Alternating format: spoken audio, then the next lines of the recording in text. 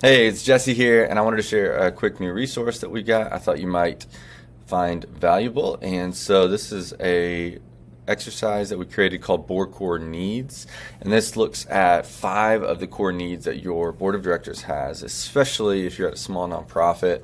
And so we kind of made this for executive directors and board members to look at and evaluate their relationships and their culture as a board.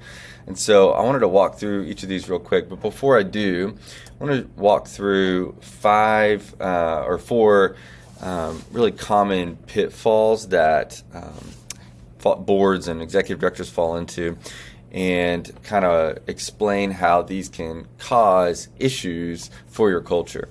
So the dog and pony show, first of all, this is when an executive director comes to a board meeting with everything perfectly polished and presents themselves like they have no problems or challenges at all, trying to impress the board. Maybe there's insecurity there, worried that they're going to get fired or that the board is not going to think that they're doing a great job, and so they come put everything out there that's positive and really hold back on their challenges, which isn't really healthy and doesn't allow the board to do their job. So you've also got the echo chamber trap, which happens when you build a board of people that think like you and act like you and really say yes to everything that you're doing, and this echo chamber where all the board and the executive director are in unison can sound appealing, but without diversity of thought and different perspectives and really some healthy conflict and tension, you're not able to get to the best decisions. And when you have to make decisions, you don't have the full counsel of wisdom that you might need to really grow in areas that are gaps, and so that's not a healthy board either. We also see the Lone Ranger trap sometimes when an executive director don't feel like they have the support they need from the board, or they're afraid to ask for more, so they find themselves doing it all themselves, and maybe they're not partnering well with the board chair or the team of board members, and so they find themselves doing a lot more than really one person should ever try to handle. And maybe if your board was created just to check a box for the IRS and you don't necessarily have the type of strong, supportive, passionate, engaged board that you need, you find that you have to be a Lone Ranger in that, which isn't, again, healthy for the long term. And then lastly, there's just the complacency trap. Maybe you've given up on your board, and so you think maybe you inherited this board from another leader, or there's struggles there, lack of engagement, and you're just kind of trying to go through the motions, but you don't have a vision for a healthier, stronger, engaged board. And so all of these are traps that executive directors can fall into, leaders can fall into at nonprofits. And we wanted to help you kind of identify some of the needs your board has. And so this exercise will walk you through that.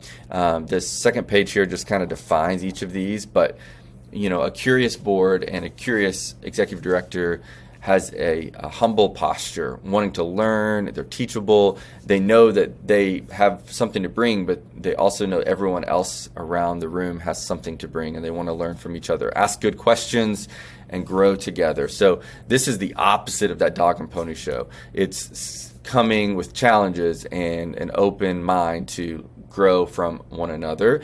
And a board that's posturing or positioning themselves to look good and look smart, or an executive director that acts like they have it all together at every board meeting, really doesn't have this posture of curiosity. Next to the right there, connection to each other. So this means a board is well connected to one another. They trust each other, they're vulnerable, they have relationships, and this happens outside of the board meeting. So I would say that a board chair should really be championing these relationships, helping people meet one-on-one or have fun together and get connected and build trust and relationships beyond just what happens in the board meeting. And then that connection to the cause is sometimes really strong because a board member is passionate about it, but some board members may be there for other reasons. And how do you get them connected to that cause? We recommend storytelling for this, giving them experiences with clients and moments that they can never forget get them connected in and help them to really understand and be educated around your cause and what you do. And then communication is just so important. From day one when you're onboarding, even before that when you're recruiting, you've got to set clear expectations, and then communication flow between and among your board members, as well as from the executive director and the board chair to one another and to the board. It just needs to be a pretty constant flow. We recommend possibly weekly meetings, if not every other week meetings with the board and the board chair and the ED, and then meeting one-on-one outside of the board meetings with each board member throughout the year, just to get that communication out there and their relationships. But also just pre-meeting communication. Maybe you're recording a video like this to walk through some material that you're going to talk about at the board meeting, communicating in committees and communicating as needs arise or challenges come up, not just saving all the communication for a quarterly board meeting. It's just not enough, right? So communication is key throughout the life cycle of a board member. And then your core messages and stories. This really comes down to the equipping your board with a clear core message that's concise, compelling, that they can tell others, like an elevator pitch. So they may know your mission or vision, but can they communicate in a way that everyone understands without the jargon?